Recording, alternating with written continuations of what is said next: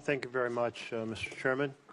I wanted to ask you, Mr. Lando, is President Trump a Russian asset?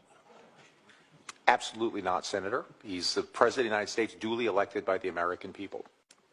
Well, the reason I ask is many people back home have been asking me this question. And they say, if he was an asset, we would see exactly what he's doing now. For example, he proceeded to forward or express from the Oval Office propaganda that has been Russian propaganda, that Ukraine started the war, that Zelensky is a dictator.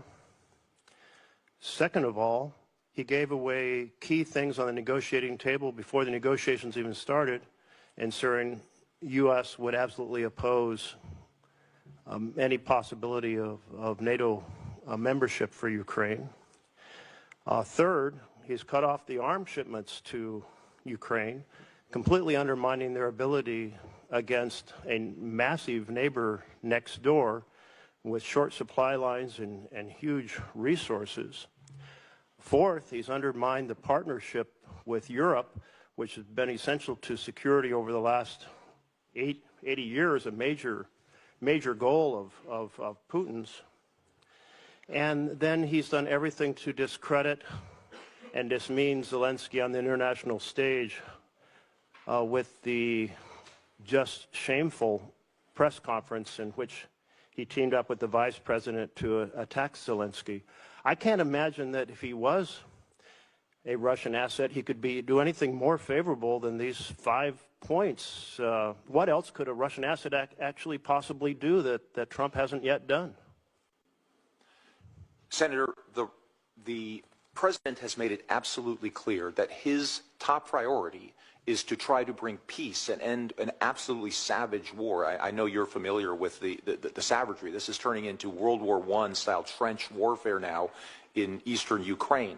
The president is an exceptionally gifted deal maker. He is probably the only individual in the entire universe that could actually stop this. The president understands, as part of his deal well, let's turn to another of the folks here. Carrots and sticks. Thank you very much, since you're now off the topic I was raising. Mr. Whitaker, these 5 things that the president has done that are so favorable to Putin and so damaging to Ukraine and to our partnership with Europe, do you approve of them? Well, Senator, thanks for that question. I'm just going to have to politely disagree with you on those 5 things and the way you've framed them. You know, the war in Ukraine would have never happened if President Trump was president in 2022.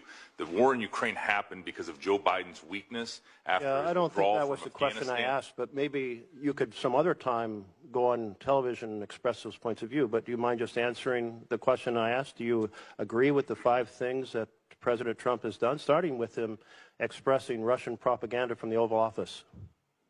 Well, you know, again, as I mentioned to your colleague, I am not here to assign labels. We're in the middle of a very important peace negotiation. Okay, thank you. I do hope that we have an administration that works to get the very best deal for Ukraine, but what a Russian asset would do would be to work to get the very best deal for Russia, and that appears to be exactly what Donald Trump is trying to accomplish.